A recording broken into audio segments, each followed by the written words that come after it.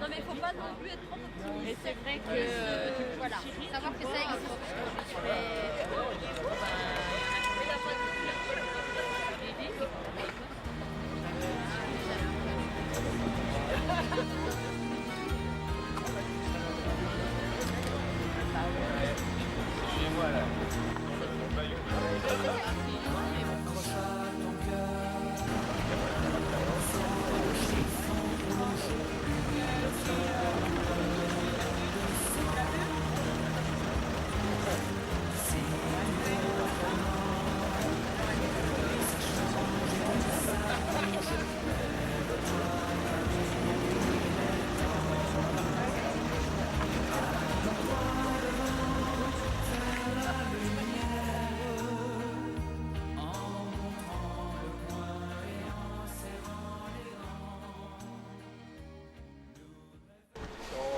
Bonjour Laurence Bourdon, on se revoit donc un an après la manifestation qui a été organisée le 9 juin 2011.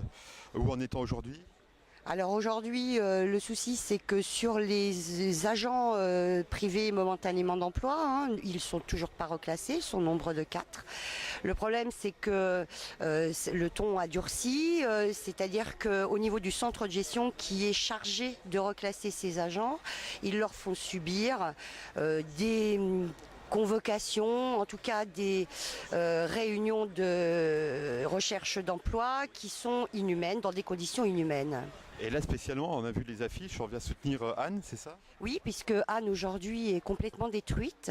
Alors détruite par deux choses. La première, c'est qu'effectivement aujourd'hui, elle a toujours pas d'emploi, 2 ans après, puisque vous le savez, elle a été mise en surnombre pendant 1 an dans sa collectivité où on lui avait enlevé toutes ses missions. Mais non seulement ses missions, mais du coup, elle n'avait même plus de bureau, plus d'armoire, plus d'ordinateur, plus rien. Donc 1 an après, elle est reclassée au centre de gestion. Le centre de gestion est chargé donc de la reclasser, sauf qu'il se contente d'envoyer tous les 15 jours une liste de collectivités sur le territoire national afin qu'elle postule, et il lui demande de postuler anonymement, qu'elle ne fasse pas part de ses contraintes familiales, financières, etc. pour que son employabilité puisse être faite sur une autre région que la Lorraine.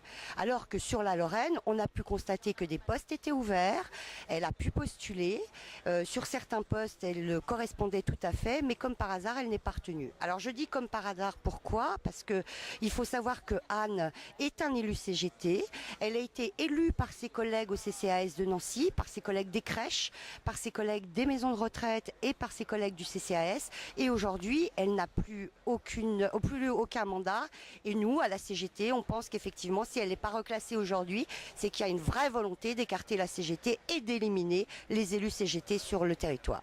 Et pour conclure, on peut dire qu'il y a une forme de harcèlement dans ce qui se passe ? Alors oui, on peut dire effectivement qu'il y a une forme de harcèlement. En tout cas, nous, c'est comme ça qu'on l'analyse. Vous savez très bien que le harcèlement, il faut qu'il soit prouvé. Donc, pour pouvoir prouver ce harcèlement, nous entamons effectivement aujourd'hui, Anne entame aujourd'hui avec le soutien de la CGT, une démarche en justice afin de prouver cet harcèlement. Alors merci Laurence, et on va suivre cette affaire de près pour informer à tous les gens qui nous regardent. Merci.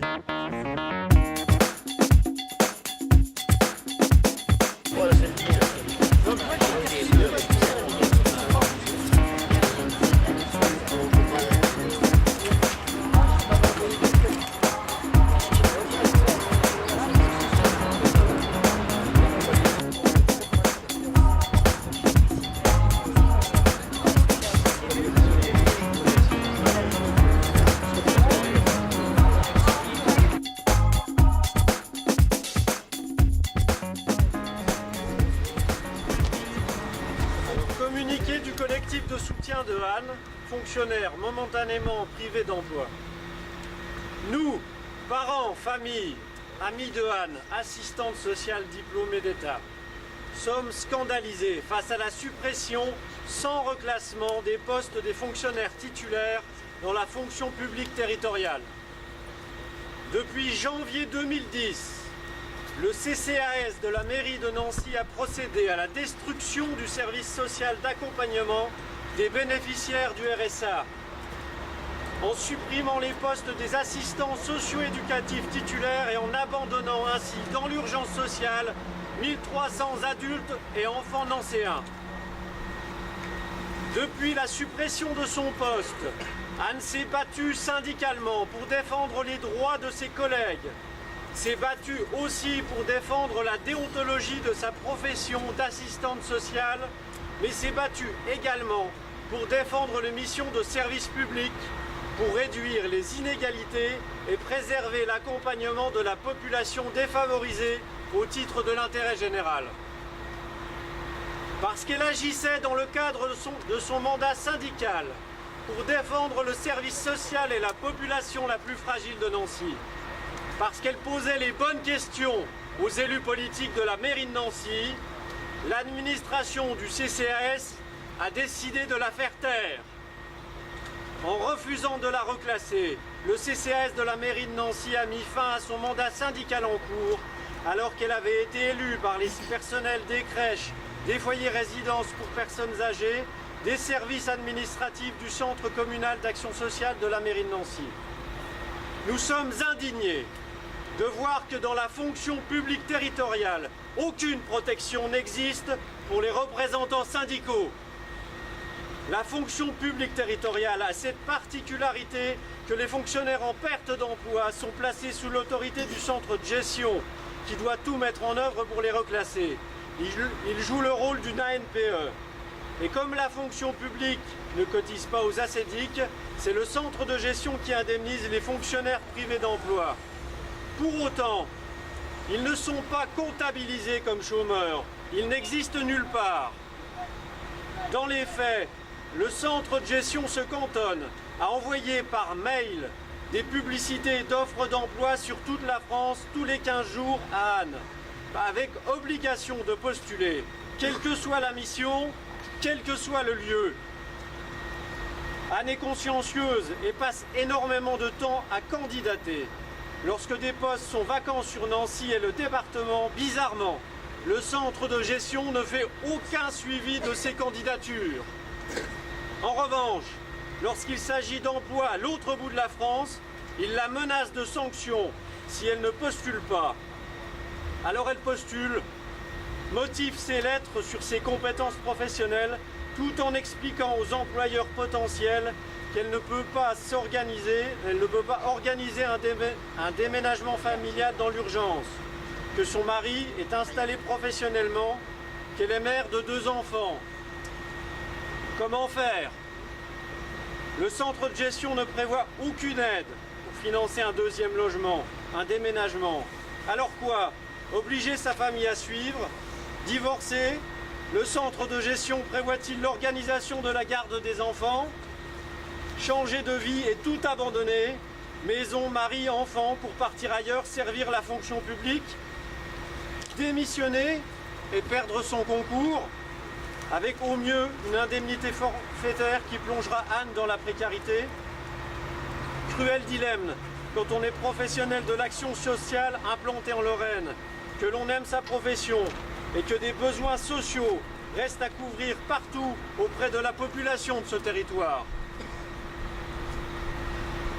Anne est alors convoquée par le centre de gestion, sans motif, de façon répétée, dans le bureau du directeur. On lui refuse le droit d'être accompagnée. Elle se retrouve dans des huis clos à 3 personnes contre elle. On lui reproche de faire état de ses contraintes familiales et financières et on lui impose une mobilité forcée sous peine d'arrêter son indemnisation. Les propos tenus à Anne dans le bureau de direction sont mensongers, humiliants et dégradants. Les entretiens durent parfois plus de 3 heures, sans témoin. Et puis l'entretien de trop. Excusez-moi. Anne s'est effondrée. Après 2 ans de recherche, désespérée de l'emploi d'assistante sociale, après 2 ans d'espoir déçu, après 2 ans d'acharnement de l'administration pour remettre en cause ses compétences lorsque son dossier professionnel est irréprochable, nous, ses parents, sa famille, ses amis, sommes révoltés par les conditions de prise en charge des fonctionnaires dont le poste a été supprimé. Nous dénonçons les méthodes inhumaines du centre de gestion pour pousser au licenciement et à la démission les agents de la fonction publique territoriale. Stop aux abus de management, stop à la souffrance au travail, stop aux abus de pouvoir dans la fonction publique territoriale, stop à la violence institutionnelle. Merci.